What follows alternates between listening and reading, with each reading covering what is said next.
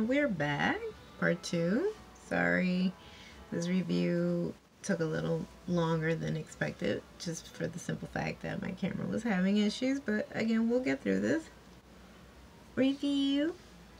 So getting back to the whole Candy versus Betty. Moving into episode 2, Happy Wife, Happy Life.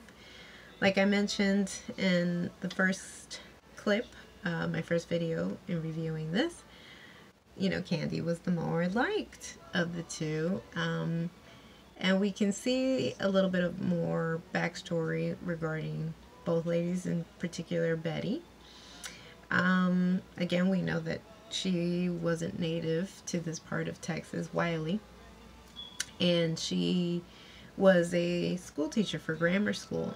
I think the opening sequence is her house being egged, and she assumes that it's her class because there were children laughing, and she had the whole class into tension, and that just sent the parents in a tizzy, were completely upset with her, and it could have trickled into how this part of town would see her.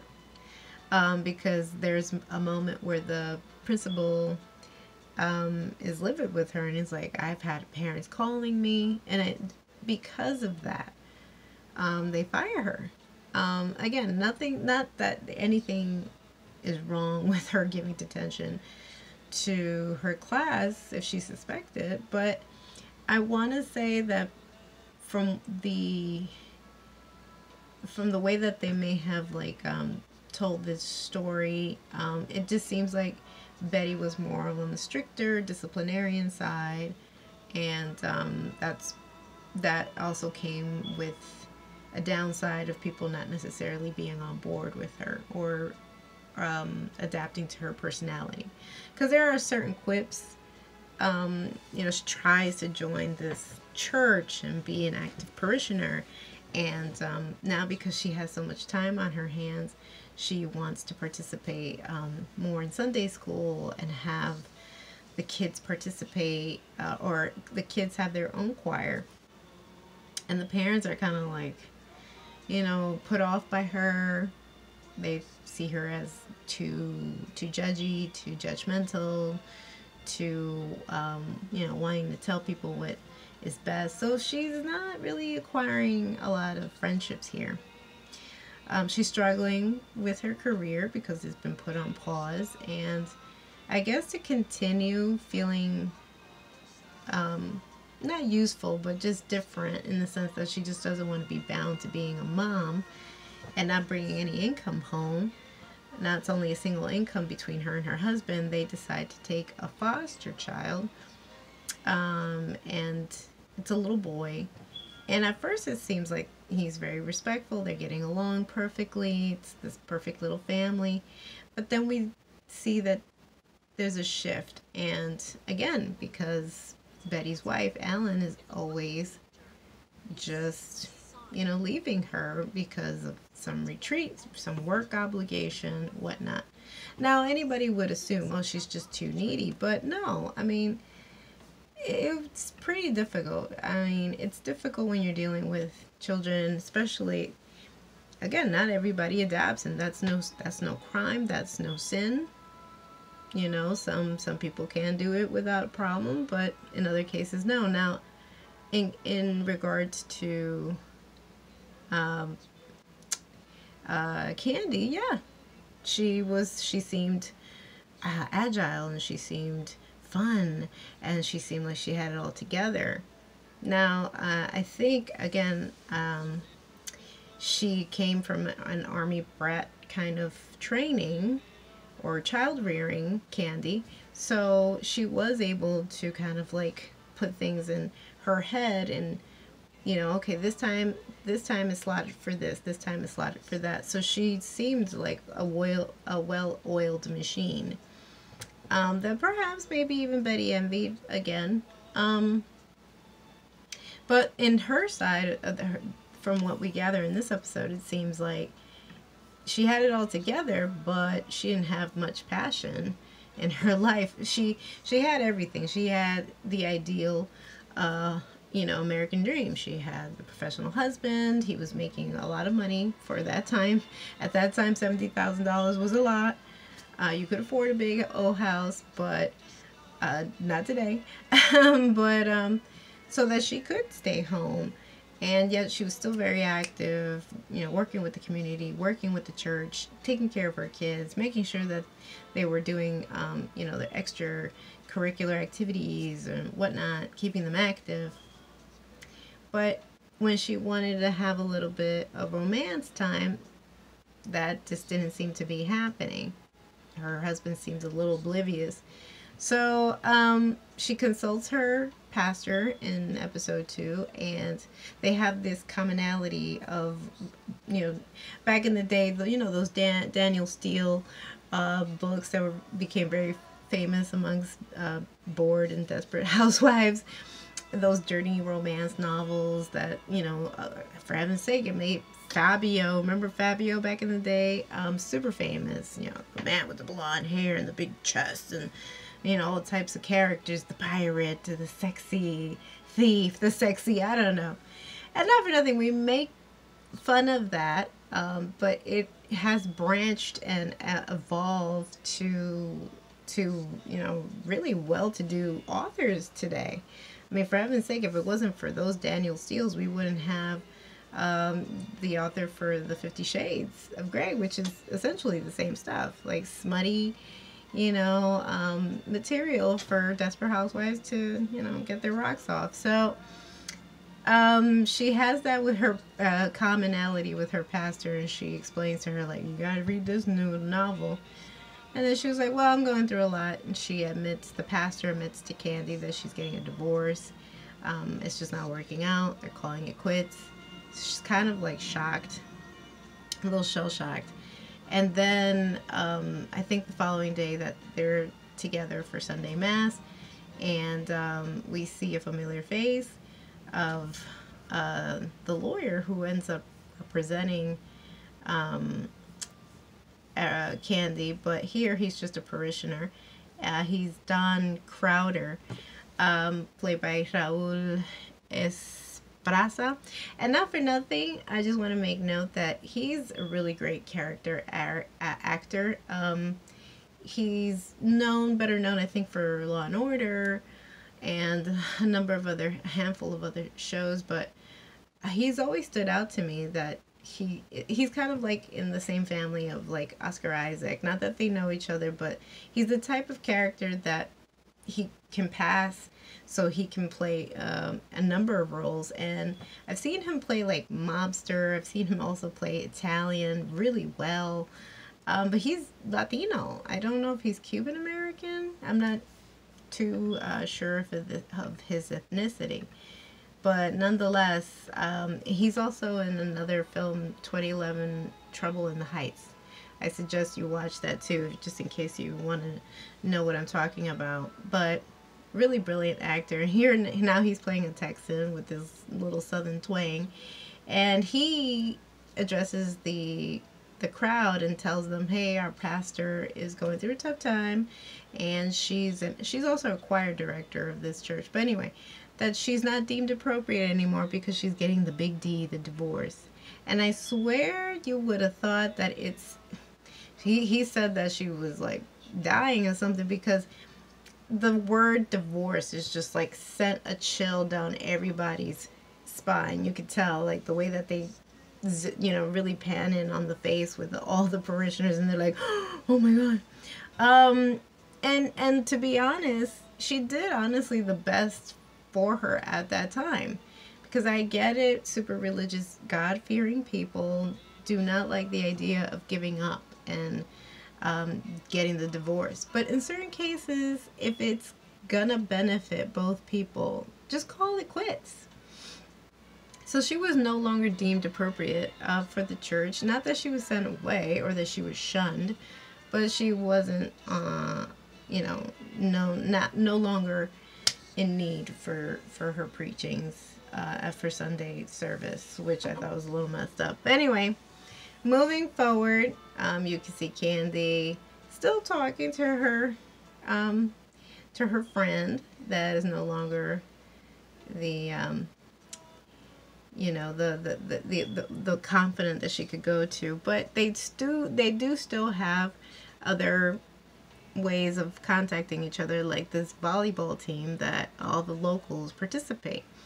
And you see this like old school gymnasium, and they're all dressed also. I'm telling you, again, I want to make mention not only to the set and prop director, but also the costume designer. I mean, really, you really feel like you have been, you know, put in a time machine and taken back to the late 70s, early 80s, because the hair, the tube socks, the little short shorts, oh my god. So Candy participates, so does her, you know, her friend, her confidant, who's now moved on. I think maybe it's been about a month since her divorce, and she's brought her new beau. And Candy notices that the flirting and the, you know, the coquettish way they look at each other looks appealing, and she honestly longs for it because she's not seeing it with her husband. The closest that she got to, you know, getting any kind of, you know, vice or spice in her marriage was trying to warm up to her husband Pat on the sofa, and he was oblivious. He was just kind of like, my favorite show's about to start, let's watch. And she was like, you know, so she confesses to her confidant, and lets her preacher, you know, now friends, she just lets them know, you know what, I think I'm gonna take on a lover, just like you did.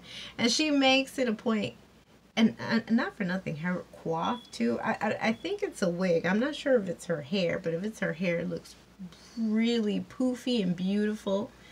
And she lets her know, like, I didn't take on a lover, honey. I'm divorced, and I found this man by some grace of God, and we really hit it off. And the whole, you know, flirty thing that you saw at the gym that night, that was we haven't even touched each other. That was kind of like foreplay. And then she was like, oh my god, if that's foreplay, what does actually like lovemaking means?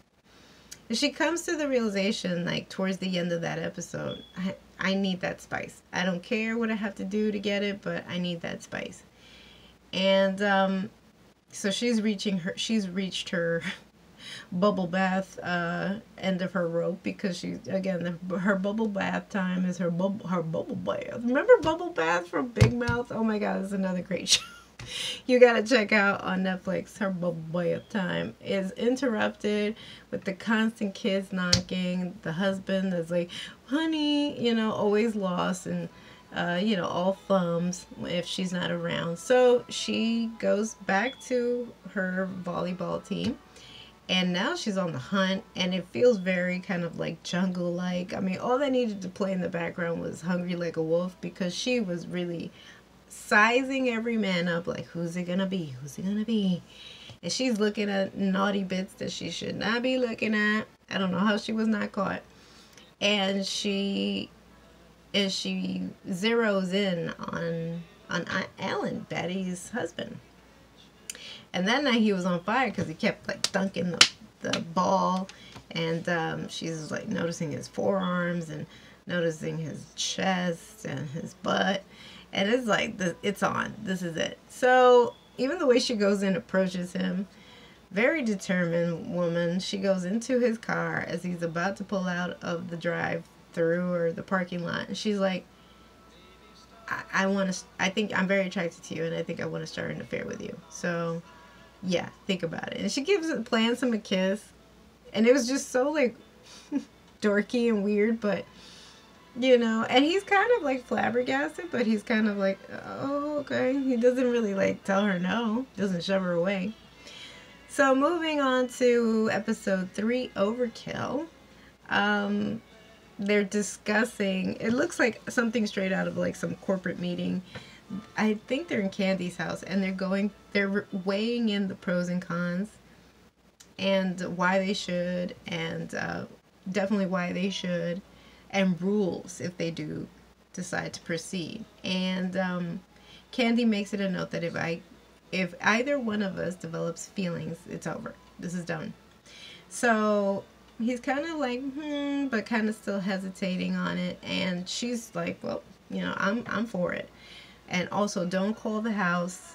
We have to use aliases if we do it in a hotel, a motel. I'll bring food so you have, like, they planned out the whole thing. Like, I'll bring food so you have a purpose to be there on your breaks, so we don't get caught, and we pay in cash.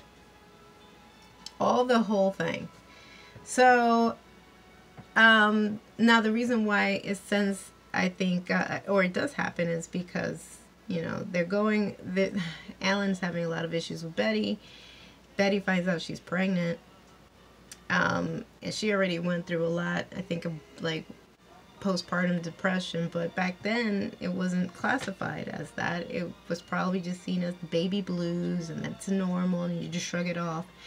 But as we've seen in the last 30 years, it's something that needs to be taken into consideration, and that women like that need help. Now, it's bad enough she's lost her career at teaching, and she's trying to foster this child along with her own daughter, biological daughter, and now she's pregnant. And the foster kid starts acting up. Again, there's children that just, don't click well, or they just don't have, that ability to communicate well. So he starts lashing out and throwing things, and she's just reached her limit. She never hit him, but, she was strict disciplinarian, especially when they fought over something so silly as, like, birthday invitations, because the child was going to have a birthday party, and she wanted to host it in her house. But the child didn't like the invitations because he thought that it was for girls, and so they had a big fight over some nonsense. And she's like, "Did you send the invitations? If you don't send them, they're not gonna come." And she just like wanted to eat that poor kid alive. And so that already was kind of setting Alan off. Plus, I think she was just projecting also because she can sense that she wasn't liked in the neighborhood. So, poor kid had to now pay for the price of her feeling resentful towards other adults in the community. And he's like, "I hate it here, I want to leave." And so she grants his wish, calls child services, and has him picked up. And I think that's what sets him over the edge. And, basically, he's like, "You know what? I'm going to do it. I'm going to do the affair." And yet there's still a lot of hesitation. He finally gets ready. He called her. He had called her at her home and said, "Okay, let's do it." And though she's like, "I told you can't call me here," but she smiles and smirks like, it's gonna happen. So they make plans. They meet up at the hotel. She gets a whole new red negligee. And not for nothing, I'm going to say this about Jessica Biel. I love Jessica. I think she really did a really convincing role as Candy Montgomery. But let's just be honest, and even in the volleyball scenes, if you happen to watch it on Hulu, she has like the ideal body, which is like, look, I've seen stock photos of the actual Candace Montgomery, and she was very plain Jane. She didn't have like these buff, like arms like Jessica Biel. Like, Jessica Biel looks like a model, and just putting her in like a Jerry curl wig. Like, sometimes it's a little hard for you to kind of like accept like somebody who's so exceptionally beautiful, hung up for, but whatever. I mean, I was entertained, don't get me wrong, but there were some times that I was like, come on, she's too pretty. I don't know. I mean, no shade to her acting. She did a really great job, and she put on that twang very well, but anyway, so she gets the candy. Getting back to the story, she has this negligee with a nice, beautiful robe. Prepared this all sensational meal. He gets to the door, and he's kind of like, should I, or shouldn't I? He almost walks away, but then he decides to knock. They talk. They have some very uncomfortable conversations. They eat out of nervousness, and it seems like it's not going to happen. But then she's like, "You know what? I'm just throwing everything away. This is a mistake." And then he touches her in the back, and you already know. It's like, go time. So they do start their affair, and then they end up really liking it. Like, they're compatible sexually. And they keep it up for, I think, a number of months. It's crazy. And then I think there's a moment where she just can't hold it to herself anymore. She tells her best friend that she was sleeping. She's taken a lover, but she didn't want to say who, because he's married himself, but that he had the most beautiful penis. So she really liked Alan. Like, it was crazy. Now, we see that both Betty and Candy are getting maybe better acquainted because of these church events and whatnot. And they have a moment where they're talking and they're able to confess to each other stuff. Like, I guess Betty feels comfortable enough to, like, tell her, look, you know, I'm pregnant.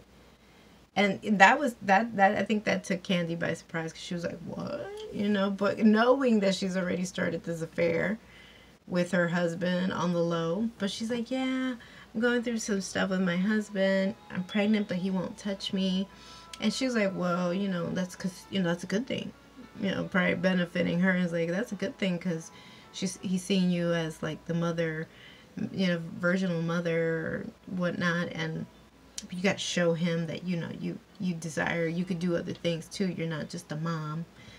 And she's like, oh, you know, yeah, and nobody's ever talked to me like that before. And they kind of developed this, like, bond, just, you know, talking or discussing or comparing notes, you know, as two housewives.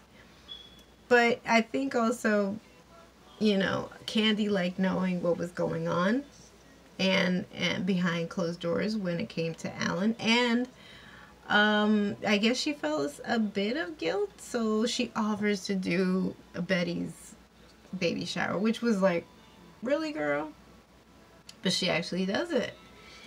So then we see more towards the end of the episode that, yes, they're still having issues, Betty and Alan, and she's like, I need you to do something, because she does attempt to be a little more coquettish and be a little more scandalous in the bedroom. He does not like it, and then he flinches, and then she tells him about speaking to Candy, and he's like, why are you talking to Candy?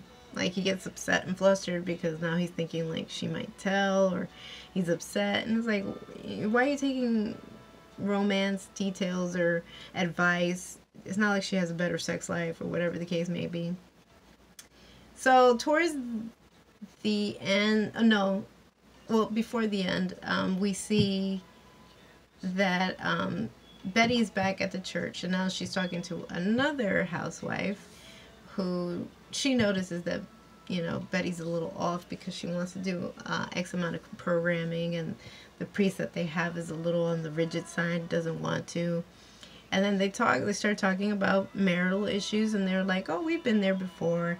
We go to this group counseling, and it's been, you know, wonders. It's revitalized our relationship, and we also have this ring. And they were like, what's that? What does that ring mean? Is that something illicit, like, you know, swingers? We're not into that. And they're like, no, it's like, you know, a couple will call another couple just once to let them know that they're cared about. And so yeah, she tells Alan that she wants to participate in that, and he's willing, although he's kind of like dreading because he doesn't want to reveal his affair. So there are moments where, yeah, they're on this retreat. They start talking aloud about their issues and their intimacy issues, and their counselor's like, we need to know in all graphic detail. Because Betty's like, what's going on? I've been pregnant for X amount of months and you haven't even touched me, so what are you doing for yourself? Are you, like, pleasuring yourself? And he's kind of like, we really have to talk about this? And somehow in the midst of counseling, it is revealed that somebody stepped out of the marriage, but it's not who you think it would be. Alan doesn't cop to his affair, but Betty does. But I guess that was way before, like, even they had their first child. So she felt maybe like she was dragging some guilt, and she told him, and they were able to surpass that. Now we come back, fast forward to the baby shower, and now you can see that Candace is like, Candy is all like super paranoid, you know what's going on. And again, she's Susie homemaker, so she loves to do everything. Looks beautiful. There's florals, there's cakes, there's champagne. They got the famous wicker chair. Oh Lord, do we all remember the freaking wicker chair that was present at every baby shower, birthday, wedding? Sometimes it was a really tacky chair, but it was very popular for that time. And you can see that, you know, of course they're waiting for the, you know, star of the evening, which was Betty, and you can see that they're getting along. Oh, and even before the baby shower, sorry, I'm getting ahead of myself. Candy admits that she was developing feelings for Alan. So while they were, I think it was after one of their trysts, she says, I think we're going to have to, this is going to be the last time, because I caught myself looking over at you at